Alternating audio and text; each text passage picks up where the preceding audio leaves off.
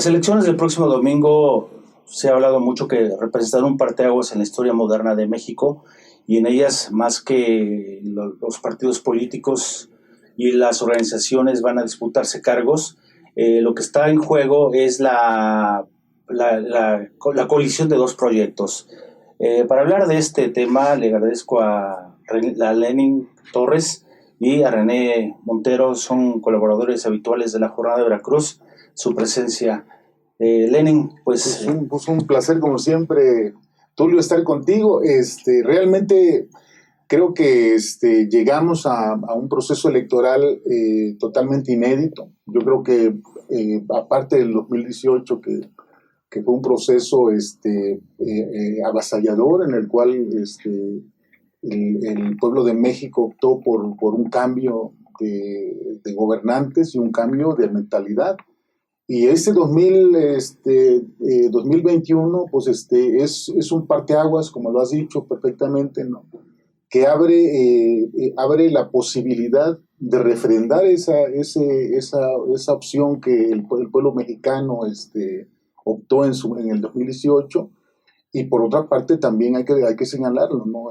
De que las fuerzas reaccionarias que están actuando en contra de esa cuarta transformación logren en cierta manera borrar de la memoria colectiva esos 36 años que fueron construyendo y fueron deteriorando la vida pública y fundamentalmente la eficiencia del Estado mexicano.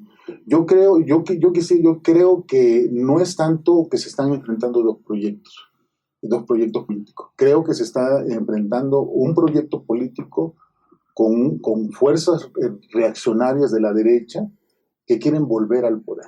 Yo creo que en ese sentido hay que destacar que México vive peligrosamente, yo así lo he escrito casi permanentemente, un parteaguas histórico que nos puede dejar en un retroceso o puede permitir que México se consolide como un Estado democrático que genere regímenes eficientes, transparentes y permitan fundamentalmente resolver los graves problemas que se han acumulado por décadas en México, ¿no? Y estamos hablando de la violencia, estamos hablando de la pobreza, de la marginación, de los rezagos educativos, y que esto, y hay que dejarlo bien claro, no es por generación espontánea, no se generó en estos 2 años de gobierno, como lo intentan hacer ver esas fuerzas reaccionarias, ¿no? Esto es un producto de un proceso de degeneración del Estado.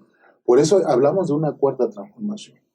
René, el argumento principal de estos grupos es que el país está yendo hacia una destrucción institucional, está derivando el gobierno de López Obrador hacia el comunismo. Lenin acaba de mencionar que hay fuerzas reaccionarias, volvió a mencionar el asunto de la derecha. Es posible que, digamos que en esta circunstancia actual, se pueda seguir hablando en esos términos. Yo creo que no. Yo creo que otra vez estamos utilizando conceptos muy viejos, muy arcaicos, que ya no coinciden con la realidad del primer quinquenio del siglo XXI. Hay conceptos que ya no se aplican. Por ejemplo, si bien es cierto que hay un movimiento que nos muestra aparentemente un cambio, me parece que está tanto la derecha, digamos, iletrada, y aún la que se menciona letrada, está leyendo, me parece erróneamente. Para mí no hay hasta este momento todavía una 4T real. Es decir, estamos empezando a balbucear, pero en el sentido duro, en el sentido estricto, no hay tal. No es desconocido para todos que muchas de las cosas que está haciendo el actual gobierno coincide con demandas que Fondo Monetario y que Banco Mundial le hizo a los gobiernos anteriores. Reduce tu nómina, y controla la corrupción extrema que tiene en tu país. Es decir, una serie de candados que hasta Peña Nieto los ignoraron y siguieron adelante. Segundo, la derecha ignorante no se da cuenta que esto de alguna manera les da oxígeno. Es decir, oxigena porque no hay un movimiento que esté rompiendo con una economía capitalista convencional. Es decir, el capitalismo convencional sigue en marcha. Lo único que estamos viviendo es a un bloque de empresarios que no son tan tontos y se dan cuenta, un poco como Bill Gates, ¿sí? o como otros, que se dan cuenta que no pueden seguir montados en un capitalismo tan extractivo, tan corrupto, tan nefasto como el que hemos vivido. Entonces, ¿reduces a términos económicos el conflicto? El conflicto tiene que ver, sobre todo, por ahí, y con una cierta ideología también, es conservadora. Por ejemplo, si nosotros vamos a leer a Edmundo Burke, Edmundo Burke era un parlamentario en los tiempos de la Revolución Francesa. Si yo les abro aquí el libro, el texto grande que escribe Edmundo Burke contra la Revolución Francesa, ustedes dirán, ¿quién lo escribió? Es exactamente lo que está diciendo la derecha actual. Los intelectuales, como le llama el presidente, orgánicos, que firman documentos ahora y están en contra, si tú los lees, responden a lo que Burke decía, ¿sí? En años cercanos, todavía a fines del siglo XVIII.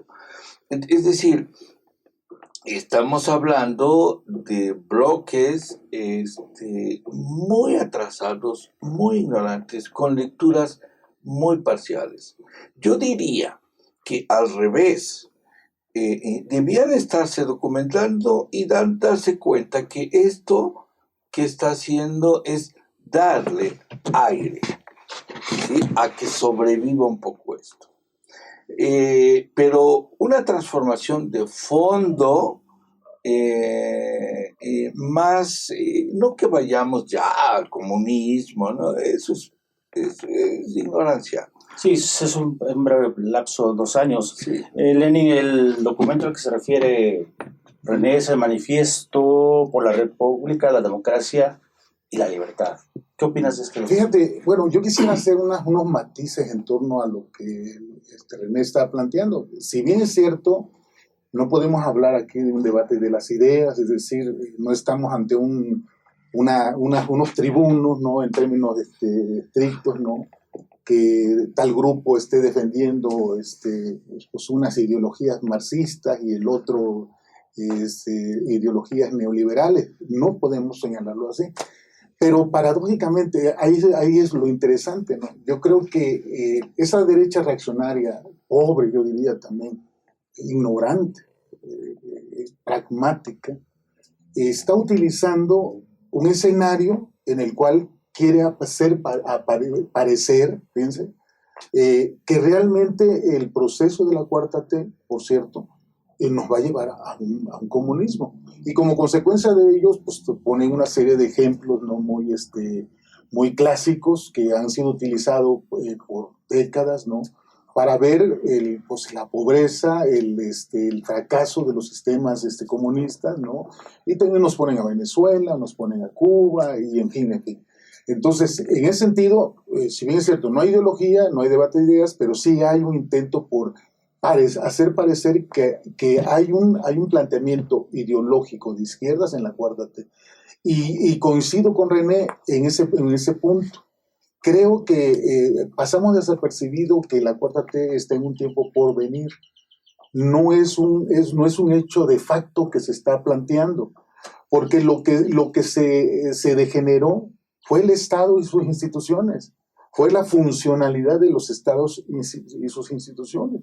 Había un metalenguaje que realmente era el que operaba al Estado y a la res pública, por así llamarle, ¿no? Y a la fuerza pública, al poder público, y que realmente el Estado era manipulado por esos, como si fueran su casa, de estos dos grupos, de esta clase política, la última clase política que yo le llamo del relevo generacional, que no fueron preparados para esa magia que tenía la vieja clase política de mantener una especie de equilibrio entre los intereses privados, los intereses públicos, es decir, robar poquito, ¿no?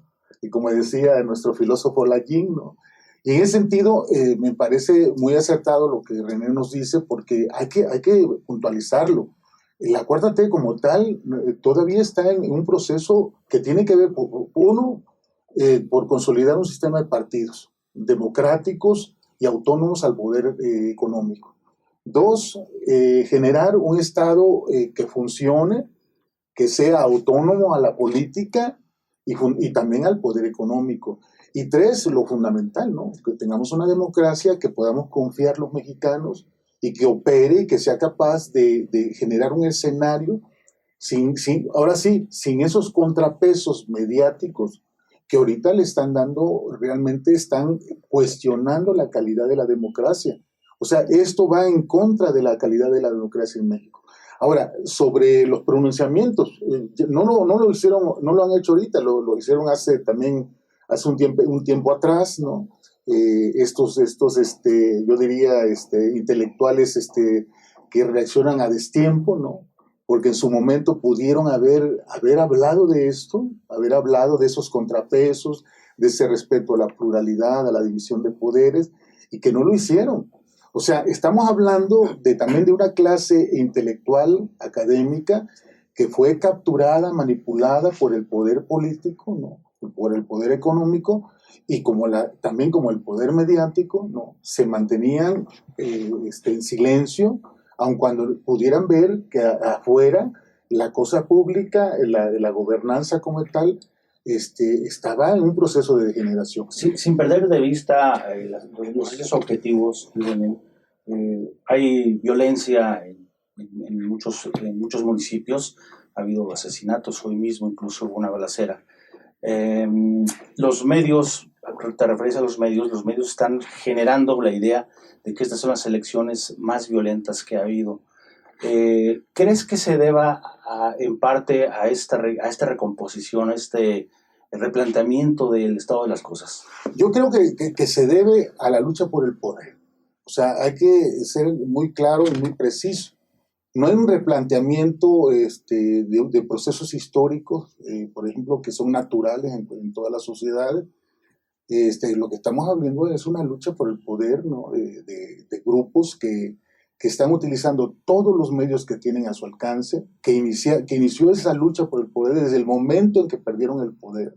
Es decir, desde el momento en que esta derecha, en esta clase política obsoleta y decadente, fue aupada, fue sacada, del poder, desde ese momento ellos empiezan una campaña permanente que le llamamos guerra sucia, y los síntomas los podemos destacar, por ejemplo, cuando crean figuras de las asociaciones civiles, como es el caso de Frena, para poder impulsar cuestionamientos hacia el Estado y hacia la funcionalidad del Estado federal. En ese sentido, yo creo que este escenario de violencia es el resultado también de una degeneración misma, ¿no? De las reglas de juego, que ahorita están en un estado totalmente exorbitante. Exacerbado. René, hay un llamado al voto inteligente que dicen todos estos grupos. ¿Cómo lo interpretas en función de lo que acaba de decir Lenin? Bueno, es que yo no podría interpretarlo desde la óptica de Lenin, porque yo lo veo muy distinto a cómo lo ve Lenin. Es decir, a mí me parece que en esa dirección no va la cosa. La dirección de la cosa va en que estamos viviendo un gobierno presidencialista, por supuesto, inevitable, cosa que yo advertí en algún artículo que escribí para ti, que El problema no era el populismo, el problema era el presidencialismo y eso no cambió.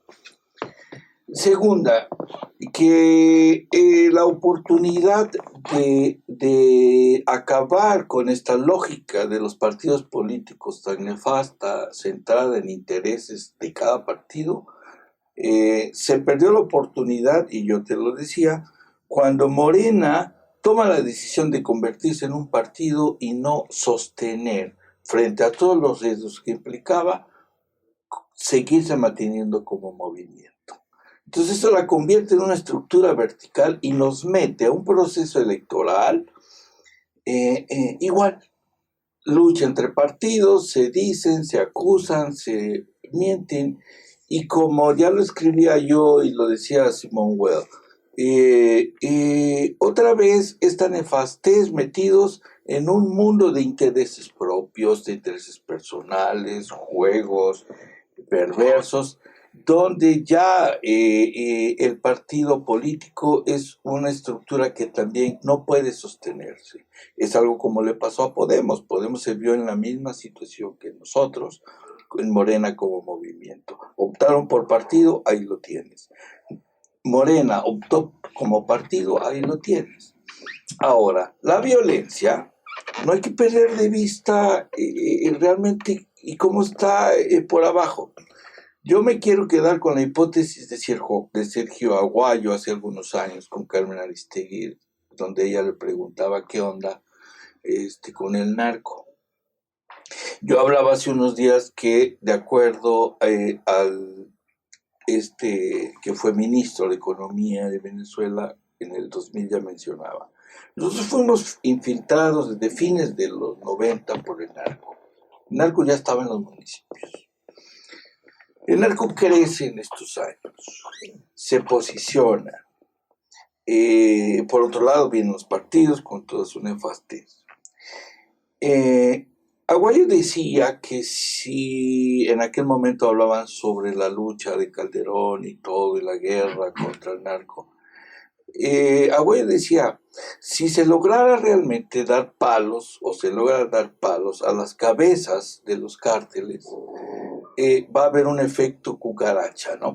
Todos van a correr y entonces los riesgos se van a incrementar. Anudo con la hipótesis de la infiltración en los municipios y el efecto cucaracha. Entonces, es innegable que lo importante y que vale la pena resaltar es que durante estos 2 años los cárteles han quedado como entre asustados y quebrados. ¿Ves una relación directa en los hechos violentos previos a la elección con el narcotráfico? Por supuesto, porque el movimiento, por eso me monto en la hipótesis de Aguayo, en el momento en que se vuelve una situación cucaracha, los pequeños aprendices de narcos que estaban digamos, controlados por las grandes cabezas, empiezan a actuar solos y están ubicados en nuestros municipios y empiezan a tomar poder. Si los presidentes municipales habían sido impuestos por los cárteles y ya para el 2006, 2010, el número de presidentes municipales impuestos por los cárteles, financiados por los cárteles, ya era vox populi y ya había asesinatos. En este momento son estos pequeños, poderosos, donde me parece que sí, es decir, este es candidato de tal, parece que tiene más gente, voy a negociar con él, pero si él no quiere o no me conviene, me lo echo. Por eso hay este discurso de que del Instituto Federal, ¿sí? Dice, esto no tiene que ver con partidos. Sí, pero no dicen por qué. A mí me parece, mi hipótesis real es que quienes están ahí son poderes locales movidos por estos traficantes que ya no son cárteles y que habían logrado instalarse en los municipios con toda su fuerza, con todo su bagaje, digamos, maloso, y están por atrás generando estos crímenes. Entonces, claro, vamos a ver entonces que tanto le va a pasar a un partido como Morena, como le va a pasar a un partido chiquito. Eso respondería en cierto modo, René, a las recientes desapariciones de las policías municipales que ha hecho el gobierno del Estado. Lenin, vayamos al día después de la elección.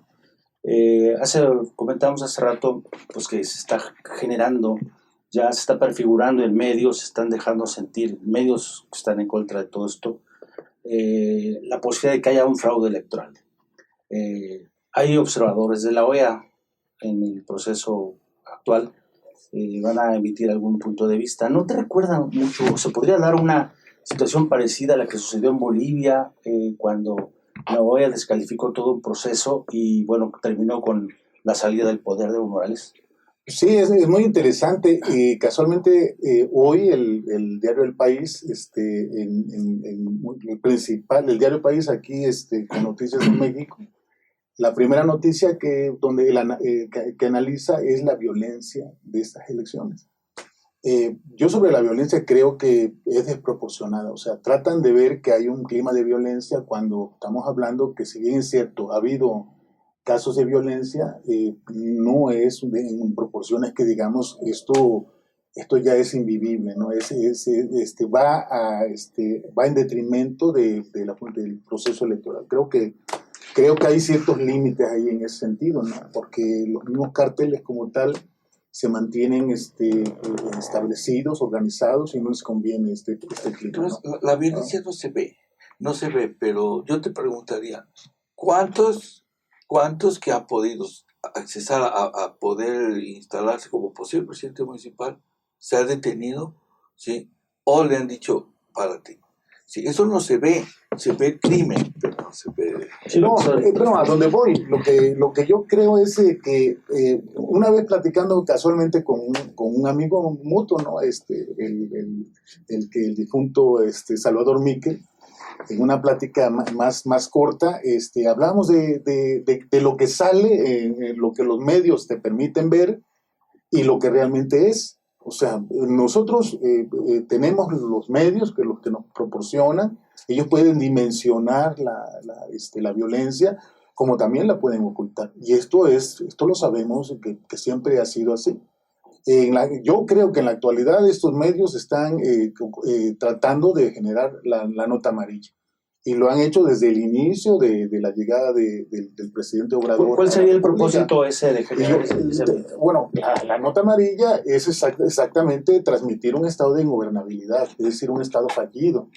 Y permanentemente lo han estado señalando, ¿no? Desde pensar que la niña Fátima, por ejemplo, el caso desafortunadamente de la niña Fátima, es como una constante que se generaliza, ¿no? Pero obviamente estamos hablando de medios que están en contra y que fueron afectados sus intereses de manera radical, porque nosotros sabíamos bien que el poder mediático estaba en contubernio con el poder político y económico. Y al ver tener atentado contra sus intereses, obviamente que estamos hablando de un poder mediático que está buscando la manera de atentar contra los que le afectaron, ¿no? Esto yo creo que hay que dejarlo bien claro. Pero también, Tulio, hay algo aquí.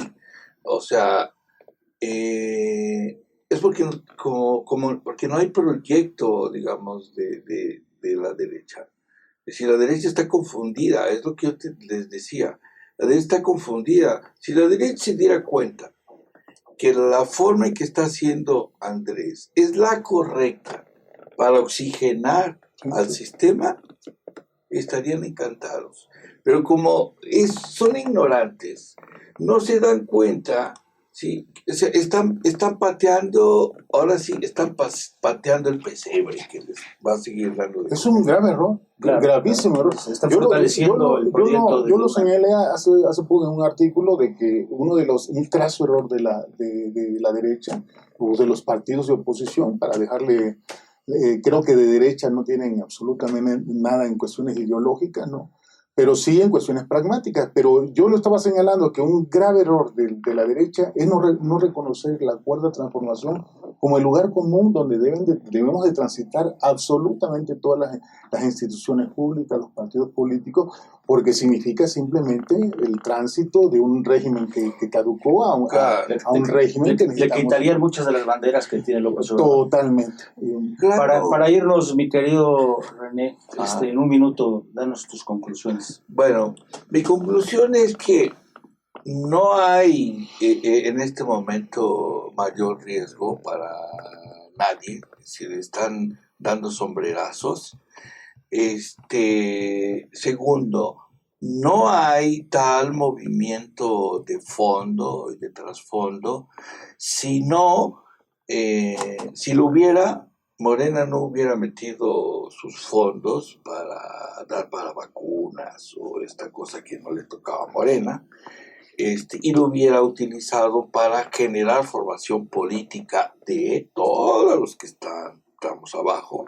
Segunda, los programas sociales no estarían siendo manejados como lo están siendo, sino habría entonces todo un ejército de gente trabajando en desarrollo comunitario, en instalar la democracia como modo de vida y no solo como una técnica, una tecnología para elegir. Mientras la democracia no empecemos a ejercerla como modo de vida, lo cual implica que en la vida cotidiana, en el diario, la democracia se ejerza, no hay tal. O sea, no hay un cambio de fondo. Es ahí donde yo digo que lo que está haciendo en este momento el gobierno federal es regresó a Keynes, por favor. O sea, lo revivió. Lenin, para irnos. Pues mira, desafortunadamente soy un poco pesimista en ese sentido, ¿no? Sobre las conclusiones que creo que vamos a llegar. Yo creo que esos 2 años y todo ese trabajo, ese dinero que ha invertido estos grupos oligárquicos, le van a dar para aumentar su poder político. No les va a dar realmente para echar, como lo dicen casi literalmente, a Obrador del poder, pero sí les va a dar para aumentar su poder político, y esto va a traer más polarización. Ahí es lo que más me preocupa a mí, que los límites los objetivos más bien de esta oposición rancia, esta oposición predecible, tiene que ver con el regreso al poder y al total poder. Y esto implica que que México, el porvenir de México, va a estar en una polarización, y es donde la sociedad mexicana debe de participar activamente para que realmente hagamos gobiernos del pueblo, ¿no?